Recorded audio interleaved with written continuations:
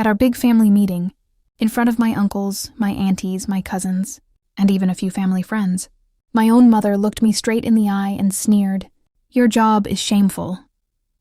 And before I could even process what she had just said, my sister grabbed my wrist so tightly, her nails dug into my skin and dragged me toward the center of the living room, like I was some kind of criminal being, presented for judgment. I can still hear the silence that followed, the way everyone avoided my eyes, the way my father just sat there staring at the floor. I felt humiliated, exposed, furious, and somehow still guilty. So tell me, was I wrong for what I did next? Because that night didn't just change how my family saw me, it changed how I saw them forever. Let me start from the beginning, because none of this happened overnight. I'm 27 years old, the oldest daughter in a very traditional family. We're the kind of family where reputation is everything, where neighbors' opinions matter more than your happiness, where log kya kahenge is practically a religion. Growing up, I was the responsible one. Straight A student, quiet, obedient.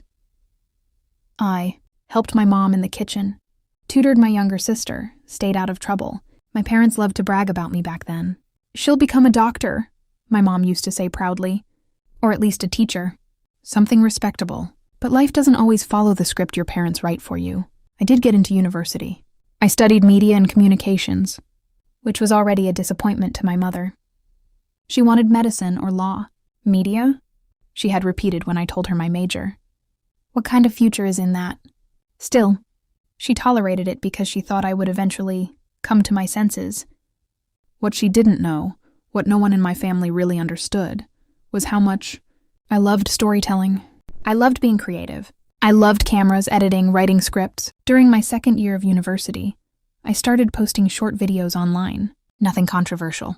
Just funny skits, social commentary, sometimes fashion content. Slowly, my following grew. Then brands started reaching out. Small collaborations at first, free products, then paid promotions. By the time I graduated, I was making more money from content creation than any entry-level office job would have paid me. But in my house, I didn't call it content creation. Said I was freelancing in digital marketing, which wasn't technically a lie. I did manage brand campaigns. I did create marketing content. I just didn't mention that my face was on it, that people recognized me in public, that my videos sometimes went viral. The first crack in my carefully built secret came when my cousin sent my mom one of my videos. I'll never forget that day. I walked into the kitchen and saw my mother holding her phone, her face pale. She didn't say anything at first. She just turned the screen toward me. It was me, smiling, confident, wearing jeans and a fitted top, promoting a skincare brand. The comments were supportive, positive, but my mom didn't see that. All she saw was her daughter displaying herself online. "What is this?" she asked quietly. I tried to explain. "It's work, Ami. It's a brand collaboration. They paid me for this. You are showing your face to thousands of strangers." "Yes, but..." "This is not work. This is shamelessness." That word, shameless. It stung more than I expected. I thought she would be upset. I didn't think she would be disgusted. For weeks, the house felt tense. She stopped talking to me properly. She told my father. He didn't yell. He just said, "Beta, find something more stable. Something decent." But here's the thing. My income was stable. I was contributing to the house. I paid part of the electricity bill. I bought groceries. I even paid for my sister's coaching classes when my dad's business was struggling. And yet somehow my money was acceptable. But the way I earned it was not. My younger sister, Ariba, was 22 at the time. She was always more outspoken than me, more rebellious, but ironically she judged me the most. "Why do you need attention from random men online?" she once said during an argument. I was stunned. "It's not about men. It's about work." She rolled her eyes. "Keep telling yourself that." The tension built quietly for months. Then came the family meeting. My uncle was visiting from another city. There had been talk about finding a suitable rishta for me. I had made it clear I wasn't ready for marriage. But my mom believed 27 was already late. Apparently, during a conversation, someone had mentioned my online presence. And instead of defending me, my mother decided to make an example of me. That evening, everyone was gathered in the living room. Teacups clinked. Casual chatter floated in the air. I was in my room editing a video when my sister barged in. "Ami is calling you, now." When I walked in, the atmosphere felt heavy. My mom cleared her throat. There is something we need to discuss." My heart started pounding. She looked at me, then at everyone else, and said loudly, "Our daughter has chosen a path that is bringing shame to this family." I felt the blood drain from my face. "Ami." She didn't let me speak. "She posts videos of herself on the internet, dancing, smiling, showing herself to strangers." "It's my job," I said, my voice shaking. And that's when she sneered. "Your job is shameful." The room went silent. My aunt avoided my eyes. My uncle frowned. My cousins stared at their phones. I felt small, smaller than I ever had in my life. Then my sister stood up, walked over to me, grabbed my wrist, and dragged me toward the center of the room. "Show them," she said, snatching my phone from my hand. "Show them what you do." I tried to pull back. "Stop it." But she opened my Instagram and started scrolling, holding the screen up for everyone to see. "Look, this is what she calls a career." I wanted the floor to swallow me whole. I felt exposed, betrayed. Not because my content was wrong, but because my own family was treating me like I was something dirty. That was the moment something inside me snapped. But before I tell you what I did next, I want you to really think about this. Imagine standing in front of your entire family, being humiliated for something you worked hard for, something that pays your bills, something that makes you proud. So tell me, if you were in my place, would you have stayed quiet to keep the peace, or would you have finally said everything you'd been holding in? Pause for a second and comment what you would have done. Because my decision that night changed everything. I took a deep breath and pulled my wrist out of my sister's grip. My hand was trembling, but my voice was steady. "You want to show them?" I said. "Fine, let's show them everything." I walked over to the TV, connected my phone, and opened my analytics dashboard. I projected it onto the screen. Numbers filled the wall. Follower count, engagement rates, brand deals, monthly income.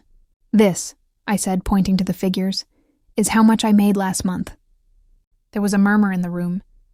My uncle leaned forward. My father looked up for the first time. "It's more than what Abu's shop made in 3 months," I continued. My voice cracked slightly, but I kept going. "It's more than any of you have ever offered me in support." My mom looked stunned. "Money doesn't make it right." "No," I agreed. "But it makes it real. It makes it work." Then I said the thing I had been swallowing for years.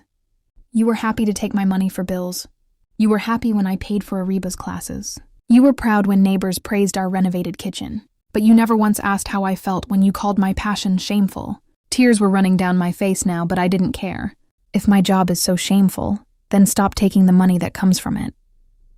The silence that followed was louder than any shouting could have been.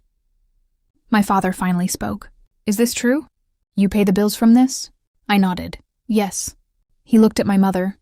For the first time, she seemed unsure. Ariba tried to interrupt. "It's still embarrassing." I turned to her. "Embarrassing? I paid for your entrance exam fees. Was that embarrassing too?" She went quiet. I didn't scream. I didn't insult anyone. I just told the truth. All of it. How hard I worked. How carefully I chose my content. How I avoided anything inappropriate. How I dreamed of building my own agency one day. When I finished, I felt empty, drained. My uncle cleared his throat. "Times are changing," he said slowly. "If she is earning honestly..." My mom didn't apologize that night, but she didn't repeat the word shameful either.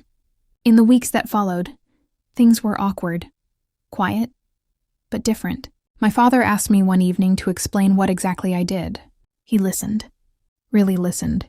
My sister avoided me for days, then eventually muttered a half-hearted, "I didn't know you were paying for my classes." But here's the biggest change. I stopped hiding. I posted openly. I stopped using vague terms.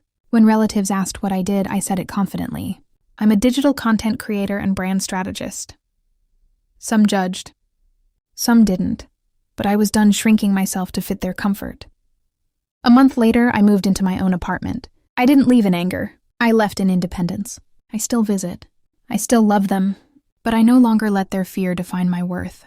Looking back, that family meeting was the most humiliating night of my life. But it was also the night I finally stood up for myself. Sometimes the people who call you shameful are just afraid of what they don't understand. And sometimes the only way to earn respect is to stop begging for it. So was I wrong for exposing the truth in front of everyone? Maybe it embarrassed my mother. Maybe it bruised some egos. But for the first time, I chose myself. If you were on my side, like this video. If you think I should have handled it differently, tell me why in the comments. I genuinely want to know. And if you've ever been judged for chasing a dream that others didn't understand, subscribe for more stories like this. Trust me, you're not alone.